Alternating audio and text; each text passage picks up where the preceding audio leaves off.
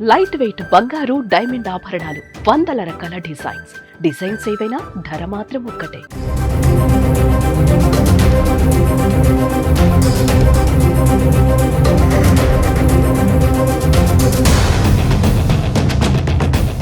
Hi నమస్తే, welcome to Suman TV.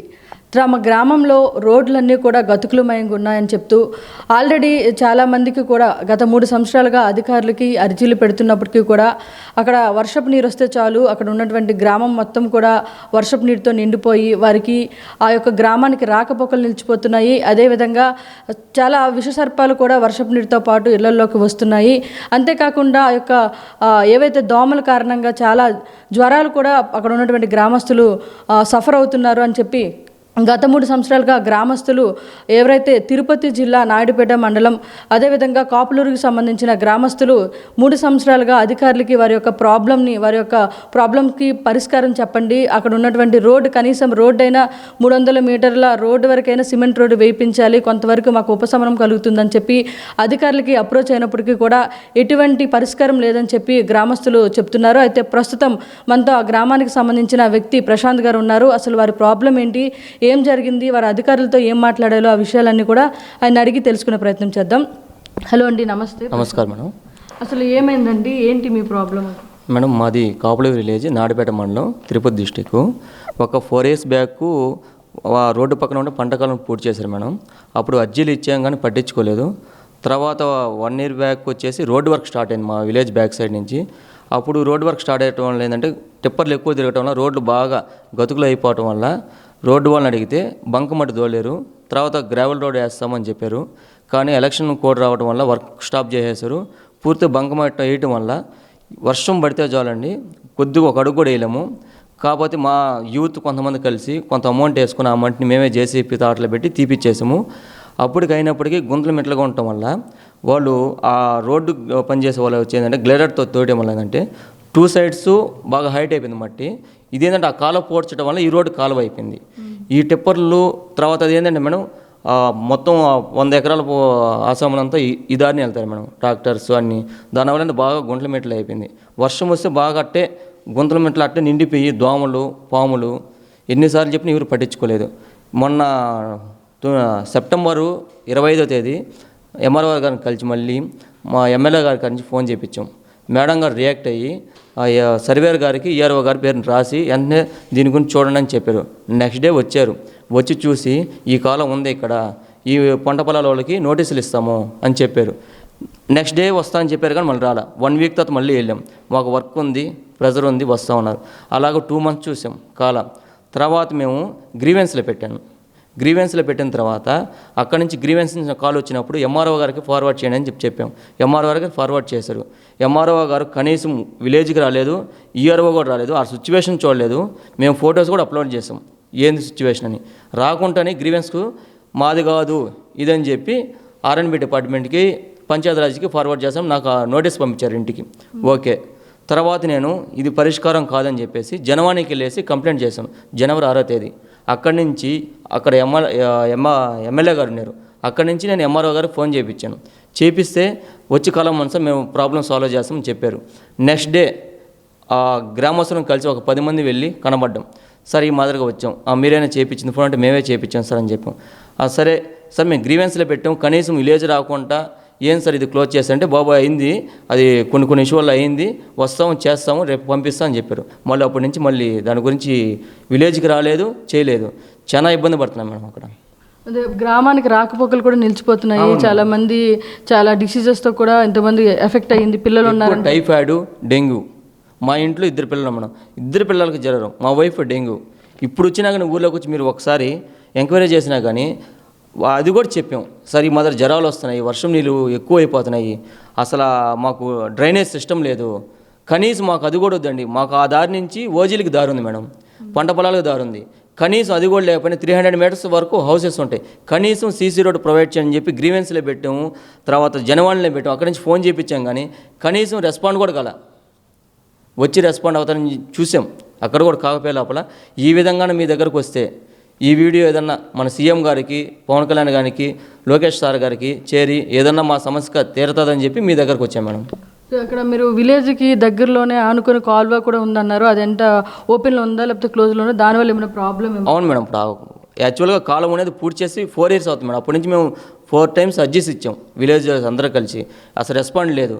ఇప్పుడు అది ఆ కాలువ పూడ్చడం వల్ల గ్రేడింగ్ చేయడం వల్ల 2 sides హైట్ అయిపోవడం, ఇది కాలువ అయిపోయింది రోడ్డు. అది మేడం మెయిన్ ప్రాబ్లం. ఓకే, అంటే మీ విలేజ్ వరకే మట్టి రోడ్ వేసి ఉన్నారా లేకపోతే మొత్తం? మేడం విలేజెస్లో ఉన్నాయి రోడ్లు, ఇది ఊరు లాస్ట్లో ఉంటుంది మేడం. ఇది ఒక 30 families ఉంటాయి మేడం. అక్కడ ఏంటంటే ఒక 300 meters అయితే సరిపోతుంది మేడం. ఆ అవతల నుంచి కూడా పంట పొలాలకి తర్వాత ఓజీలకి రోడ్డు మేడం. కనీసం పిల్లలు స్కూల్కి వెళ్ళాలన్నా కానీ భుజాల మీద ఎత్తుకొని ఒక 300 meters వెళ్ళి రోడ్లోకి వెళ్ళి వ్యాన్ ఎక్కిచ్చేసి రావాల్సి వస్తుంది మేడం. అంటే మొత్తం అంతా గొతుకులమయంగా అయిపోయింది, ఎటువంటి సిమెంట్ రోడ్డు లేదు అని చెప్తున్నారు. అవును మేడం, అసలు గ్రావెల్ రోడ్ అయినా కనీసం మొన్న చెప్పిన తర్వాత ఒక ట్రిప్పు మా వెట్ మిక్స్ వేసారు మేడం, ఎక్కువ బురద ఉంటే అది కూడా బురద మీద వేసారు. మళ్ళీ ఇప్పుడు వర్షం నీళ్ళు వచ్చేసి అలాగే వాటర్ అంతా స్టాక్ అయిపోయినాయి. ముసలి వాళ్ళు అయితే చాలా ఇబ్బంది పడుతున్నాయి మేడం.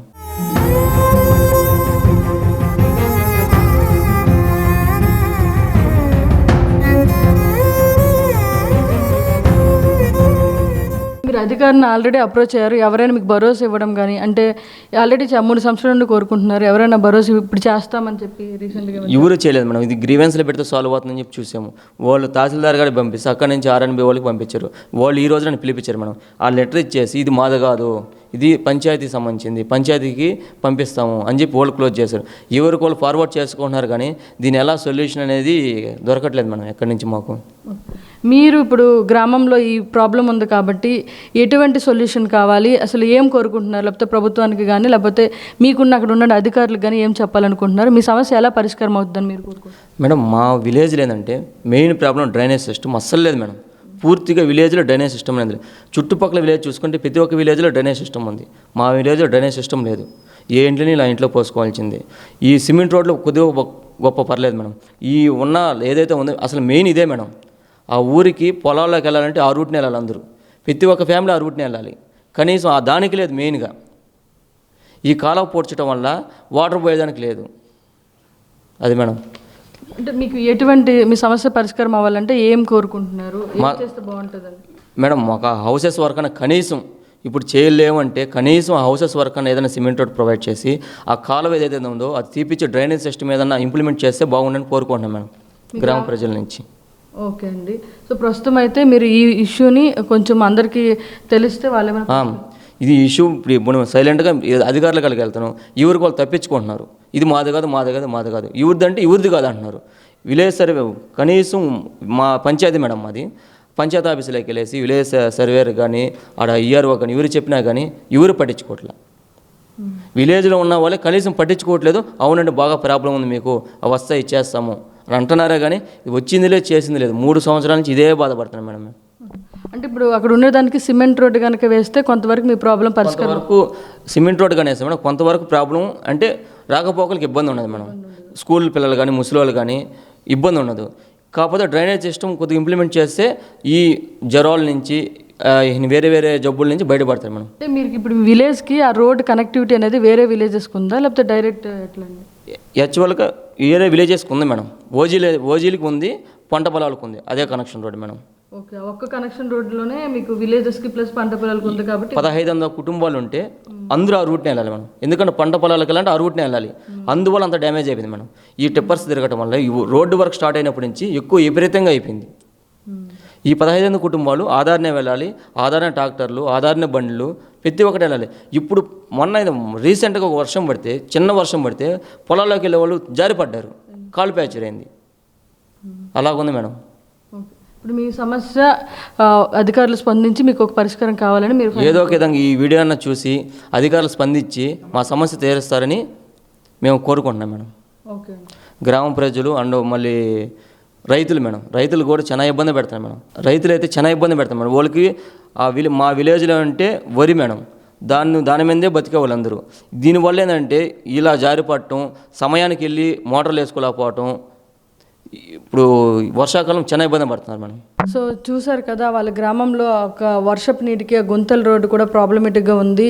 చాలామంది కూడా ఆ యొక్క గతుకుల రోడ్లో ప్రయాణించేటప్పుడు కూడా జారిపడి కాలు విరిగొట్టు కూడా అలా జరుగుతుందని చెప్తున్నారు. ఆల్రెడీ వాళ్ళు 3 సంవత్సరాల నుండి కూడా ఎంతోమంది అధికారులకి వాళ్ళ అర్జీలు పెట్టడం, వారి సమస్యను చెప్పుకోవడం జరిగింది. అయినప్పటికీ కూడా ఎవరు వాళ్ళ పరిష్కారం అనేది చూపించట్లేదని చెప్పి గ్రామస్తులు చెప్తున్నారు.